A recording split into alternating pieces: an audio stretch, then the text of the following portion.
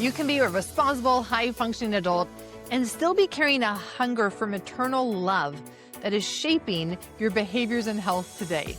Welcome to this episode of the Biology of Trauma podcast. I'm your host, Dr. Aimie. My guest is author and clinician Kelly McDaniel, author of Mother Hunger. She has named What I Have Seen in the Body and Biology. And she and I sit down to talk about the 3 qualities that make up maternal love: nurture, protection, and guidance. And as children, we either learn to adapt to what our mother could give of these, or we had to learn to survive their complete absence. I found this so helpful for myself to be able to name the wounds that I have carried from my relationship with my mother, and how my late night snacking might have been more about those wounds than I would have wanted to admit. You will get to hear what happens in the body when one or all of these 3 key elements is missing. So with that, let's dive in.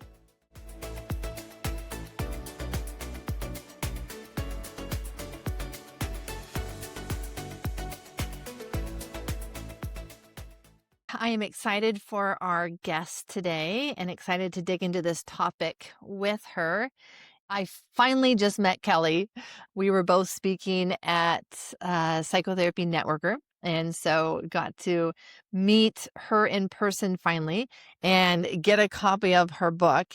So as I've been going through that, I've been excited to share with you what I'm learning in the book, some of the dots that are connecting for me, and lean into a few of these concepts that I feel are so critical as we study the biology of trauma.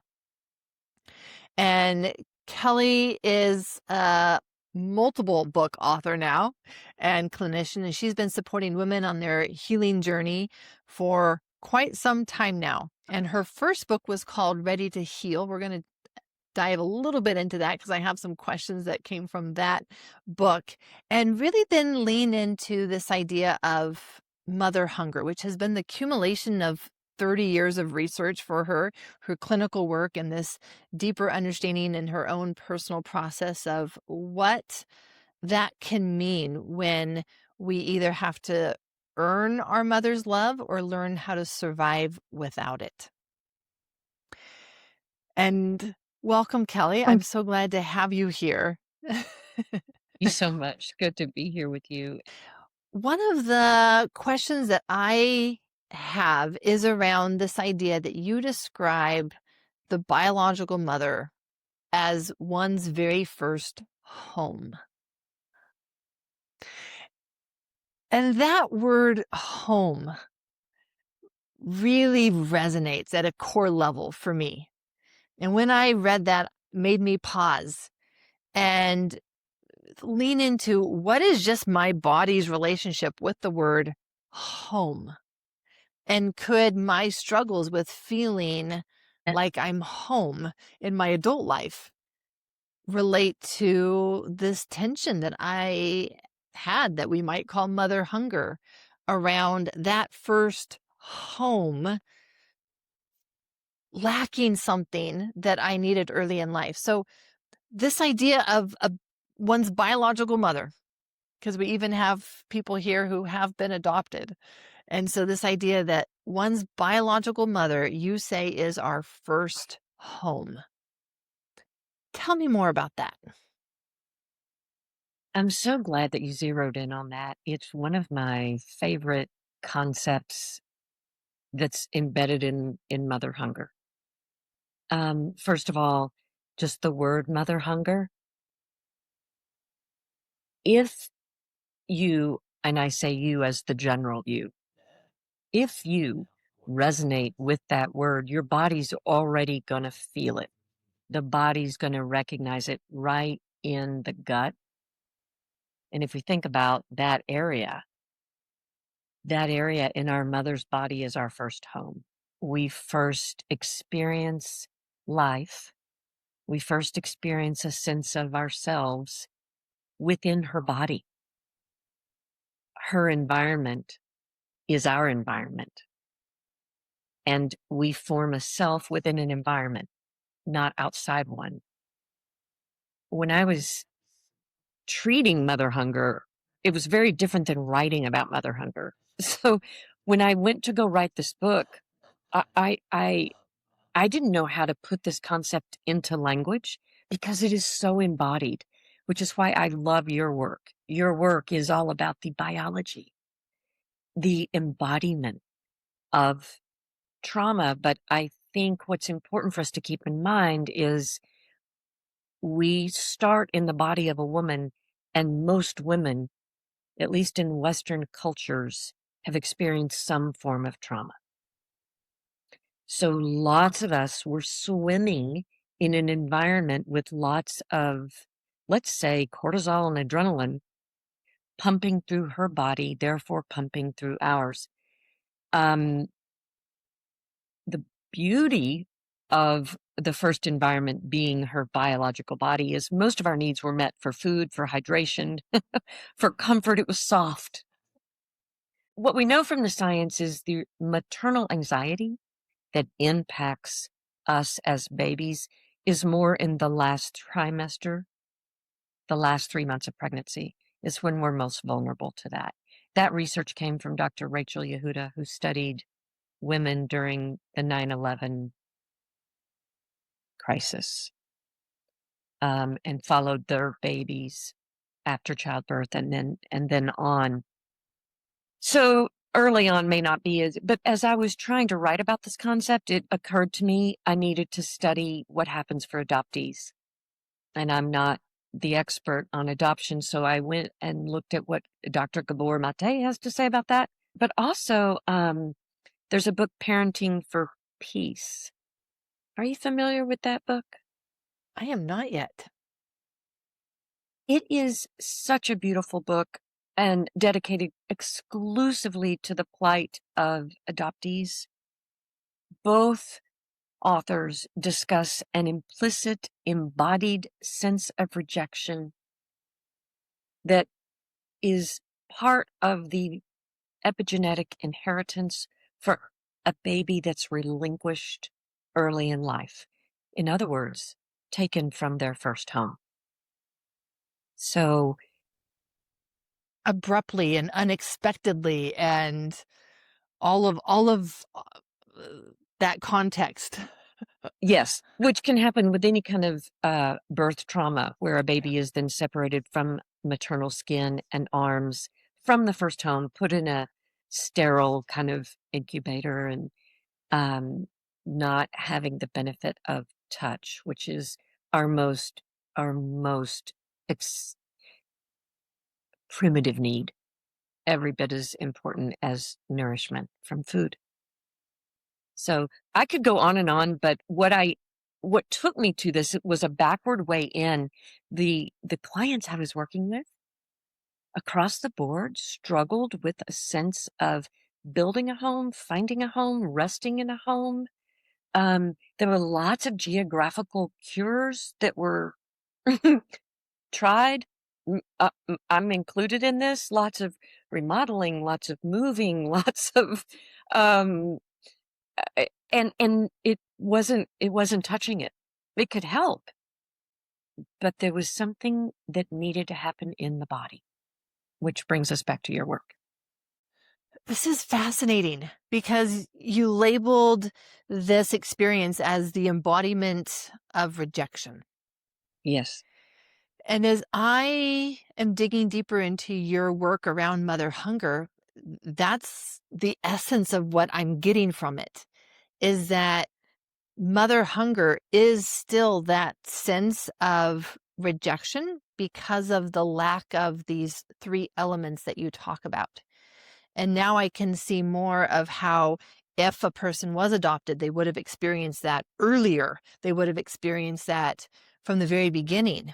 And it would have been a much more harsher, abrupt separation and thus embodiment of that rejection. And how might that change for someone who, no, like this is their biological mother, they're growing up in their biological home, and then they're not getting the nurture and the protection and the guidance, these three elements that you talk about. And is this then a slower formation of an embodiment of rejection? How is that different and yet so much still the core of this experience of mother hunger? Good. I think maybe it'd be helpful for me to just elaborate on the three pillars that create what a mother does. What is mothering? When I went to look it up to try to write the book, there's no definition. The dictionaries all define mothering as a quality of care that a mother provides. That doesn't really tell us anything. So what I found is that there are really three essential elements, and I mean it. They are essential. The first two most primitive are nurturing. Nurturing involves sound, touch, food, all of the things that we think of as comfort. Protection, obviously, infants need a lot of protection for a very long time. We are the most vulnerable of the mammal species. We need our mothers for a very long time. Although some mammals never leave their mothers. Elephants, for example. Female elephants never leave their mothers. The boys eventually do, but the girl elephants stay with their mothers and their grandmothers until they die. Um, Guidance comes a little bit later, but it's an important issue because so many mothers have very unfortunate misguidance from the culture, medicine, pediatrics. So I want to just really add here, adoption or not, any baby who has been left to cry it out in the crib is going to experience rejection that can be a huge risk factor for mother hunger. And unfortunately, the cry it out method, which started back in the 1920s with Dr. John Watson, is still a huge part of our fabric, and it is cruel. And people don't like to hear about it and don't want to talk about it. So I want to be mindful of that. But a baby that's left to cry it out in the crib has no idea. There's no cognition on board yet. A baby is purely limbic, a pure emotional brainstem. So the body starts to prepare that baby that something's wrong. Like your cry is not being answered. You're crying because you're supposed to be cared for. This is Mother Nature wiring you for safety, and it's not working. So Mother Nature gently starts to prepare a baby in the crib for death. Because a baby that's not being picked up and soothed is probably being left alone in the wild. That baby's not going to survive very long. So what's happening in the crib is going to form a lifelong sense of, I'm not worthy of being cared for. There's no nurturing here. There's no safety here. And the body's going to start to adapt to that, even with the biological mother nearby. So with that said, adoption is not a guarantee of mother hunger because there are babies that can be adopted by mothers who are very tuned in, even maybe aware that a baby who's been relinquished at birth might need more soothing and may be able to do that.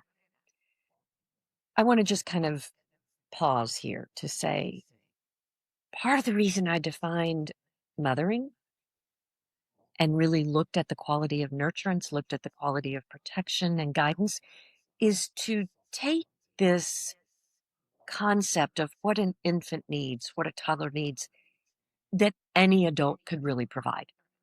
So this isn't necessarily something only a biological mother can do, although biology helps a mother do this. If a mother can breastfeed and if a mother is not too taxed by her own circumstances, for example, she's safe. Mothers who are unsafe can't provide protection for their children. Mothers who are not being nurtured by their own environment have a really hard time nurturing their children. Mothers suffering from misguidance from the community are going to, unfortunately, miss the opportunity for bonding. So there are lots of things that complicate what a mother is biologically designed to do. And other adults may step in and be able to do that. So I think it's sometimes helpful to think about mother hunger is a hunger for a quality of care that we're born to have. And it's not about blaming the individual mother who probably didn't get it herself and her mother probably didn't get it either. So we're looking at an epigenetic transmission down the ancestral line that is showing up with all kinds of attachment difficulties that range from avoidant attachment, anxious attachment, to disorganized attachment, which comes from what I call third degree mother hunger. And that's a whole nother category.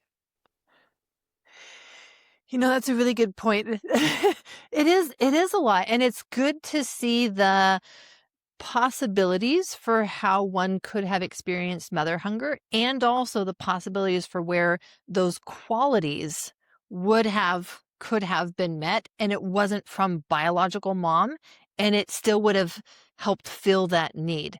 So we're really looking for, was I nurtured? Was I protected? And was I guided? Yes. Yes. And Exactly. starting with that first one, nurture. What if someone didn't get that nurture? What is the gap that you've seen? What is the adaptation that they take on in order to survive the lack of nurture at such a crucial age? Fabulous question. And you're right on my favorite topic now, which is food.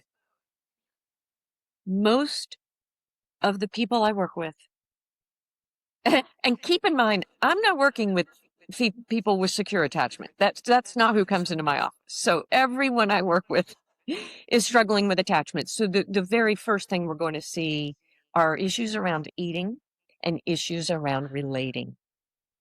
I was going to say food and intimacy. Those are the two issues, because the way we first experience food through our mother's milk is also how we're first experiencing love. So if we're brought to her skin, her breast, gently, with joy, when we're needing it, not on a schedule, most of us are going to have a pretty good sense of how to feed ourselves as adults, and that love is a pretty good thing, that we can trust humans. I don't work with those folks. The folks I worked with were most likely, none of this is going to be encoded in our cognition. This is all in the body, probably fed on a schedule. So we know what it's like to experience a hunger pain and not have anyone take care of that. So early on, we adapt by losing our hunger cues. And therefore struggling throughout the lifespan to eat when our body would like to eat. We've already learned to eat on a schedule or shut down our hunger cues, or turn to food to numb out, turn to food to comfort us when we're lonely, anxious, and afraid. And we will learn to rely on food more than humans if our early feeding experiences were stressful, were met with somebody who didn't really respond to us in a kind way. Maybe feeding us was irritating, it was a bother. So food and love get fused in this way that most of us don't remember. And then we wonder why the diet industry is making so much money, and why there are so many relational coaches out there trying to teach us how to bond, which is supposed to be so primitively wired in, but it got hijacked by a world that needed our parents on a time clock, and therefore our parents put us on a time clock when babies are not wired to be on a time clock. And it is interesting that a lot of this, or at least what we can research, started around the time industrialization did, and parents left the farm to go to the factory, and a clock was established. It was kind of fascinating.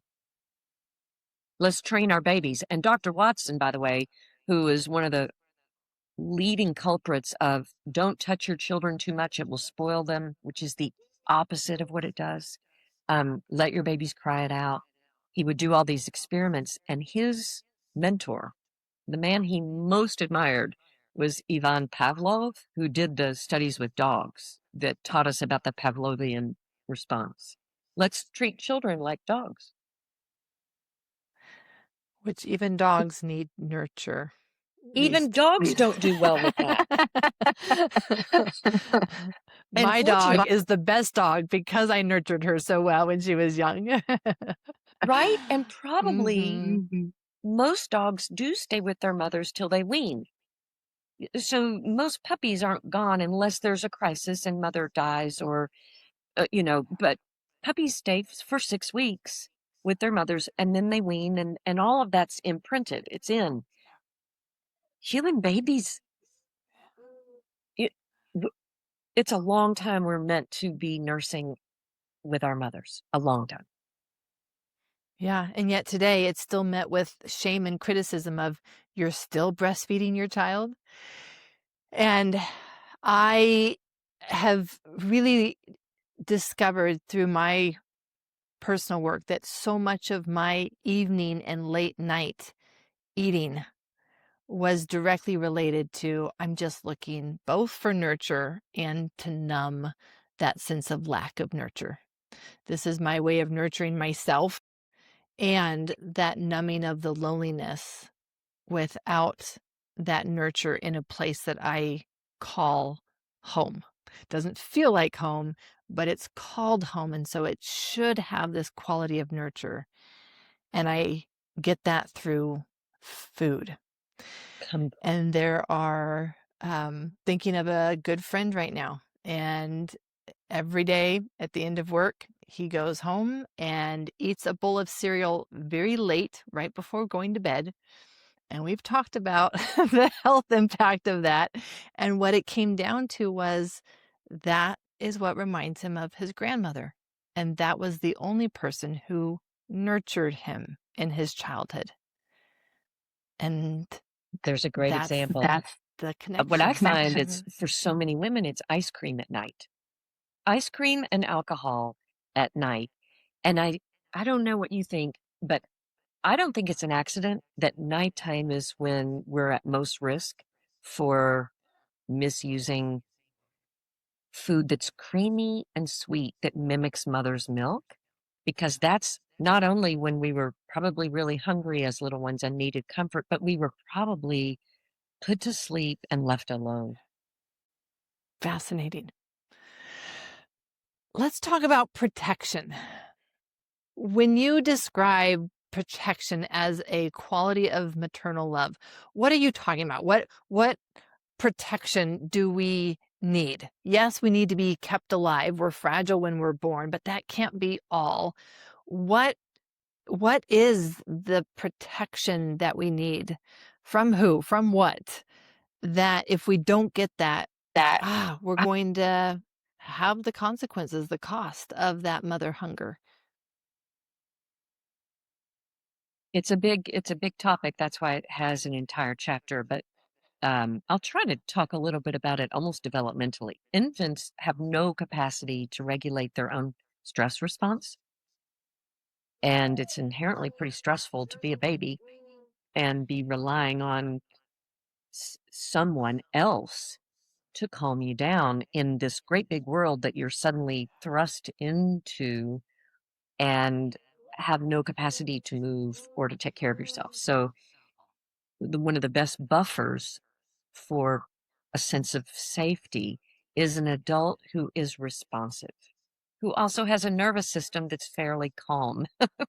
Think of how rare this is. So, we're essentially, as babies, borrowing the nervous system of our caretaker.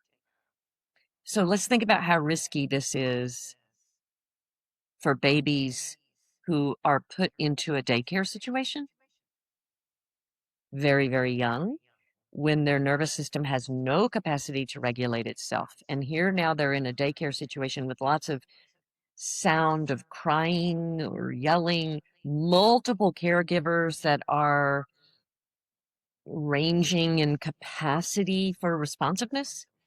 That's going to be a recipe for a pretty overactive nervous system for a baby, not a baby that doesn't feel safe. That's going to start to look like ADD, ADHD, all kinds of learning challenges. Because nobody wants to look at the fact that that's actually a very traumatic environment, that infants for the first 3 years of life at least, need a primary attachment figure that they rely on, count on, get to know the smell, know the sounds, to regulate and feel calm. Let's say all that's ideal. Baby gets that, but then baby gets a little bit older. Stuff happens in the family that puts the family at risk. That can be a natural disaster. That can be poverty. That can be race. That can be so many things that stress out a family that then stresses out a child. But what the science shows us is that if a child is soothed by at least one adult during something like 9/11, during a tornado, during even extreme situations of deprivation, as long as they have one attachment figure that they're connected to, they don't develop PTSD. That's how important this is. And nurturing and protection are almost woven in this way, that there's an adult who's consistently caring, who is a safe person for this child. Trauma doesn't evolve. Um, but and you know this as well, we have so many stories that that just wasn't the case, where kids were not able to turn to a caregiver for refuge, a sense of refuge, a sense of this is a safe place to land. And it could be that their caregiver, I'll just say mother. Let's say that mother's in an abusive situation. Domestic violence impacts children just as painfully as it impacts women. Um, And then we can look at what happens when children get older and lo- enter the world of social media, enter the world of school, where uh, now we have kids going to school worried about their safety, worried about who could come in. And um, so teachers aren't feeling safe. Parents aren't necessarily feeling safe to send children to school. There's a profound sense of, I think, a lack of refuge for adults and children. And I think refuge seeking is one of our primitive instincts as little mammals. We're seeking refuge from the time we're born. And I think a lot of adults are still seeking refuge themselves. So it's tricky to provide that when you don't have it. In the book, I also spend some time talking about the implications for patriarchal, hierarchical cultures that value competition, aggression, and independence over interdependence, community, and connection. What happens in these cultures is we have problems with power. W- That is inherently leaving lots of people feeling unsafe, and that gets trickled down to children. Specifically, women who give birth to children are living in worlds where we are sexual prey. Most women I know what it feels like to always have your car keys ready when you're in a parking lot, or to be scanning who's behind you in a stairwell. Some women I know will avoid an elevator if it doesn't feel safe. So there are ways that as women, from the time we're prepubescent, we're already on red alert, looking around for what could happen. So when a woman becomes pregnant, unless she's exceptionally safe, she may already be carrying high levels of anxiety in her body from growing up in a world that looks at her as a sexual object rather than a person to be cherished and protected. That affects boys. Yeah, there's that word protected again. I resonate with all three of the qualities that you describe of the maternal love. And yet, this one pokes at me the most. And I remember as a child that this was the first awareness that I had around why I was struggling to get along with my mother, is that I don't remember how I came to this awareness, but I remember becoming aware that I didn't feel like she was protecting me. Just fascinating. It really is. Um, and thank you for sharing that. I think it's hard to come to that awareness. We are wired to see her as our protector. And so Mother Nature will protect us with these, what I call emotional blinders, from seeing that she can't or won't. So many stories of daughters who knew that their mother knew that they were being sexually violated by the father in the home, by an older sibling in the home, by a caretaker, and a mother that didn't intervene. Um, that that is not always how someone is unprotected. There are so many ways. And I think today too, mothers sometimes don't know how to protect from things they didn't grow up with, such as social media. That, and then I look at my mother, and I truly think that she was doing the best that she could with what she had been given. She was not nurtured, protected, or guided. Her father died when she was around 7 and 8 years old. They lived in Oregon. There was a big storm. Her father went out to tie some things down in the barn, and the storm threw a post down, and he died on the spot. And so she was one of 6 siblings, and her mother had to figure out, as a single mom without a college education, how do I take care of 6 kids? So there was none of that nurture, protection, and guidance. She wasn't around. She couldn't be around. And so I look at this as, how can she give me what she never had? She never got to embody what it felt like, and so how can she pass on a feeling that she never had that feeling? And so yeah, And her circumstances, I mean, terrifying. how terrifying for her in a split second to be on her own with so much responsibility. Yeah. Which brings me to another point that I think I'd like to make, which is that mother hunger is rarely about lack of love. A mother can very much love her children and not provide what what is required for a healthy sense of secure attachment. So I'm excited to dive into this third one with you around the guidance. As I was reading about this, I was inspired by the ideal, of what that could look like, and the role that a mother could play in her daughter's life to provide that, you call it inspiration.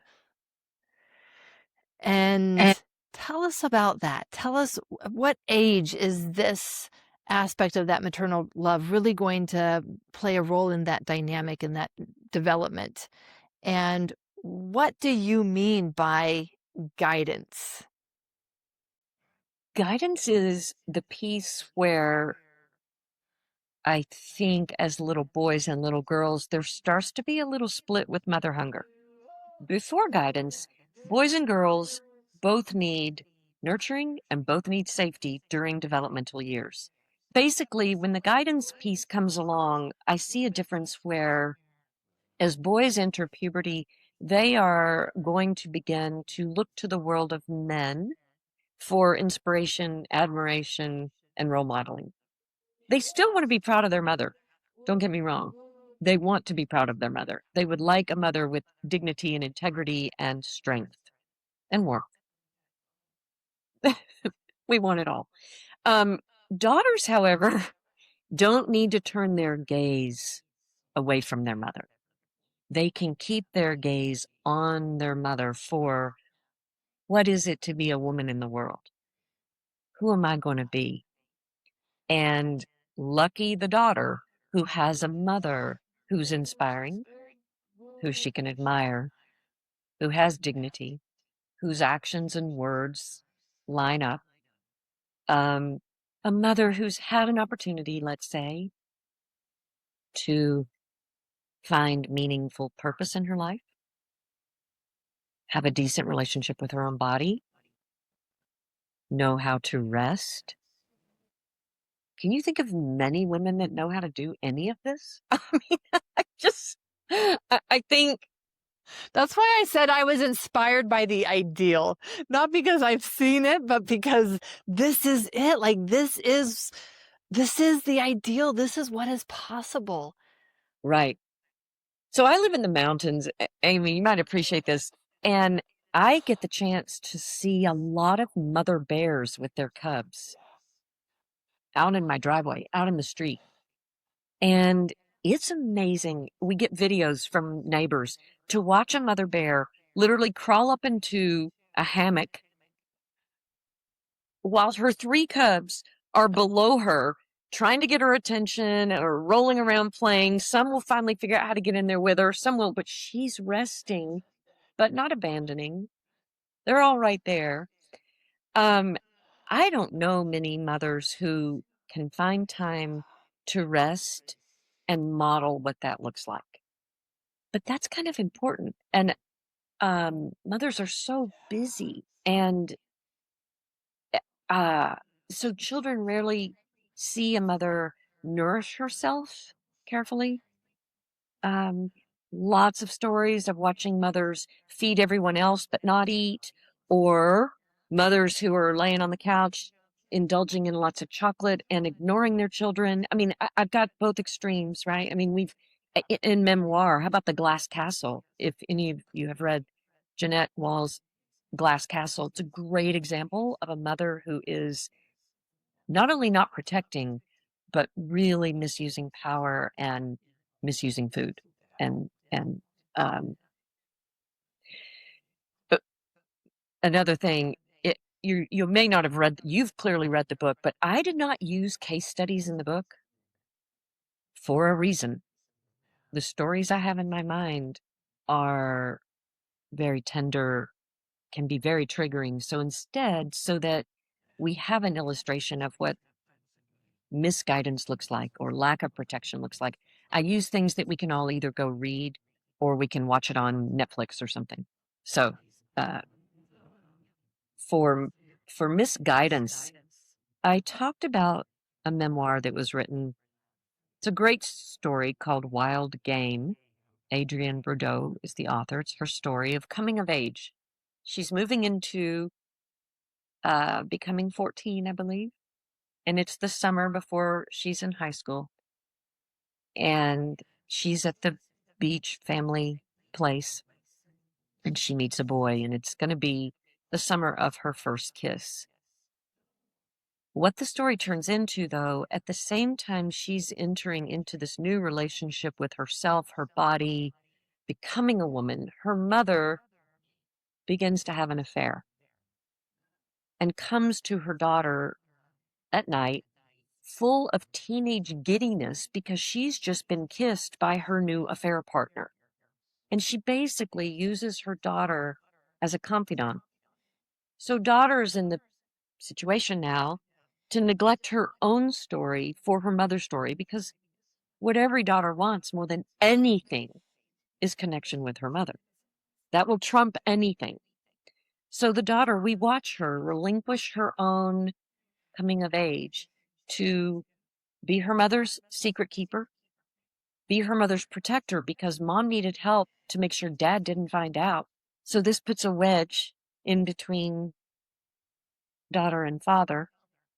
And it goes on into her college years. It's a great example of what I think is one of the most profoundly romanticized examples of misguidance is when a daughter becomes her mother's friend. And this gets romanticized in Hollywood, that mothers take their daughter on as the mini me. And we think that's maternal love, when what that is a role reversal, where daughters have to grow up too fast to be a peer for their mother. Mothers then get a shortcut because a daughter is a willing, eager friend. And many mothers don't develop themselves enough to go actually make friends. or go get a therapist, or go find someone age appropriate to keep your secrets, not your child.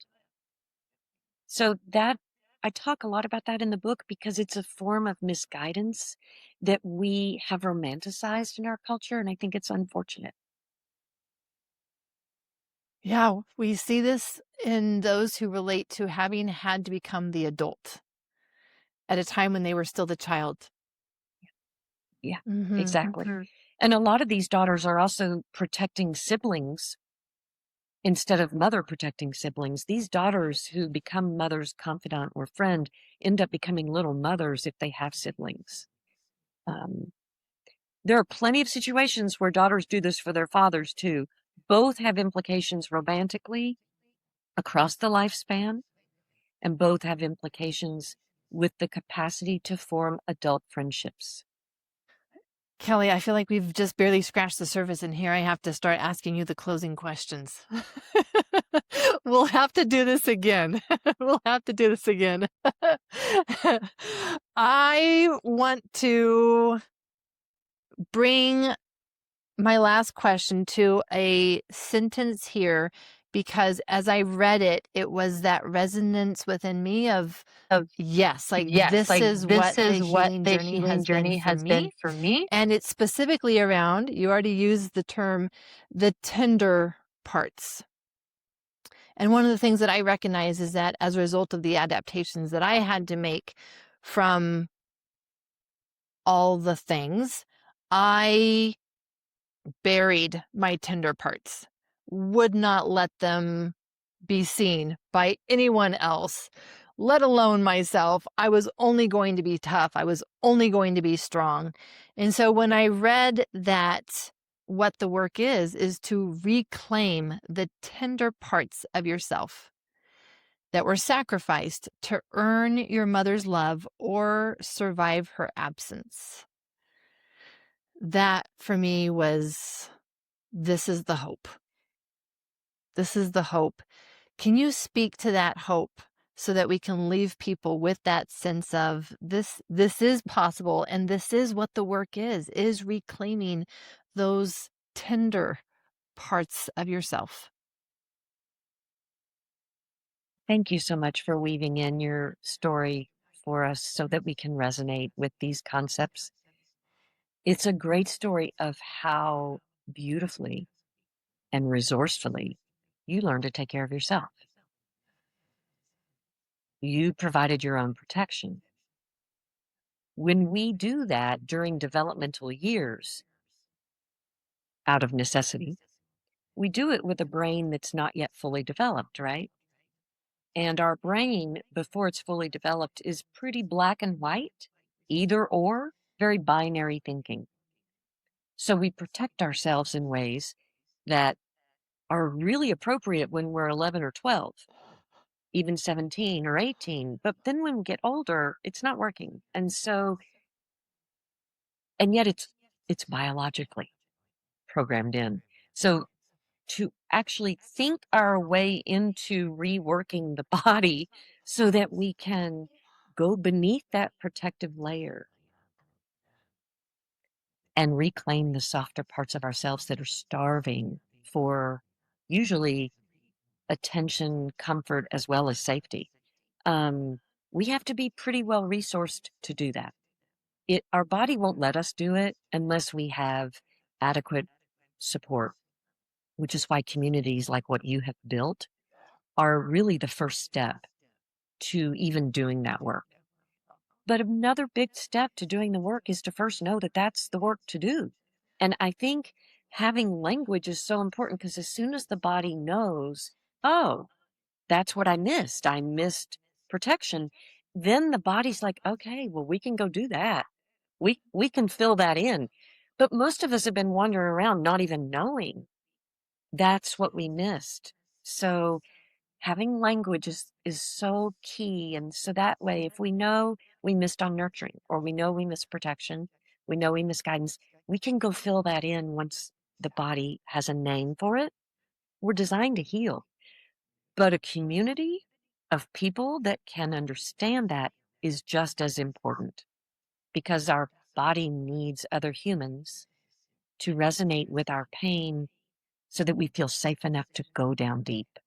But it's really, really unlikely that that kind of deep dive will happen in isolation. We're going to default to what we already know works, and that's going to be the hard shell of protection.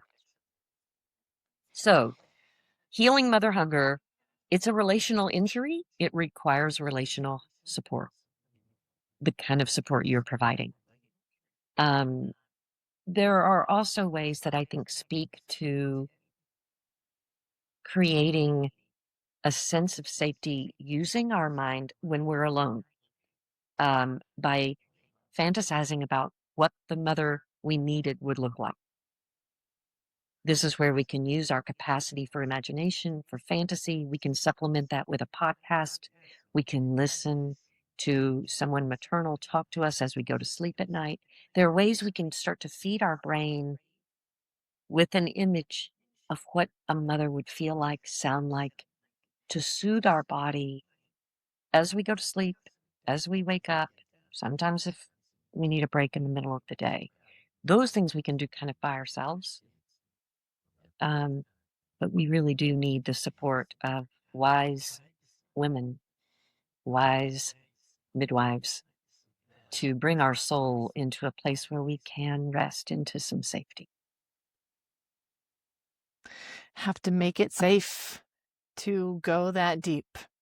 And so much of I'm glad you brought up your dog because animals sometimes can be more nurturing than other humans.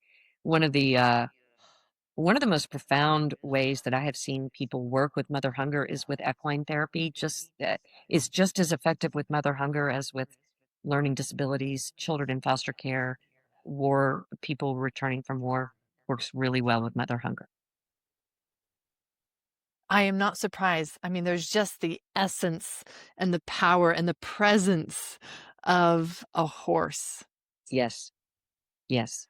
And a horse Amazing. is a prey animal, like a woman.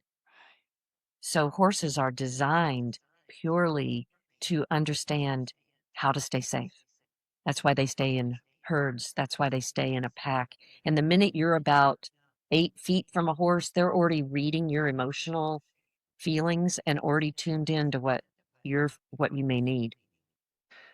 I am absolutely loving this conversation, this discussion, this topic. I'm going to have you on again. Thank you so much for showing up and not holding back, but being able to really show us these are the wounds that can happen, and yet this is what the repair can look like. And appreciate both aspects of that and being able to bring both. I just also want to thank you for your expert questions. I think your capacity to understand the biological nature of this injury makes this interview a lot of fun for me. What I find so helpful is to have language for these hurts, wounds, and hunger. As I included in the latest song I wrote, I name the fear, I feel the hurt, and that is how we can be set free. This is the work to allow these tender parts of ourselves to finally be free and be seen. If something here gave name to what you've been holding and carrying, I have a free guide for you. I've put together a guide on attachment trauma roadmap. You'll find the link in the show notes. Do you know of another friend, a colleague that may still be carrying some wounds from their relationship with their mother? Please share this episode with them. The links will be in the show notes for that as well. And I am your host, Dr. Aimie. Until next episode, lots of love.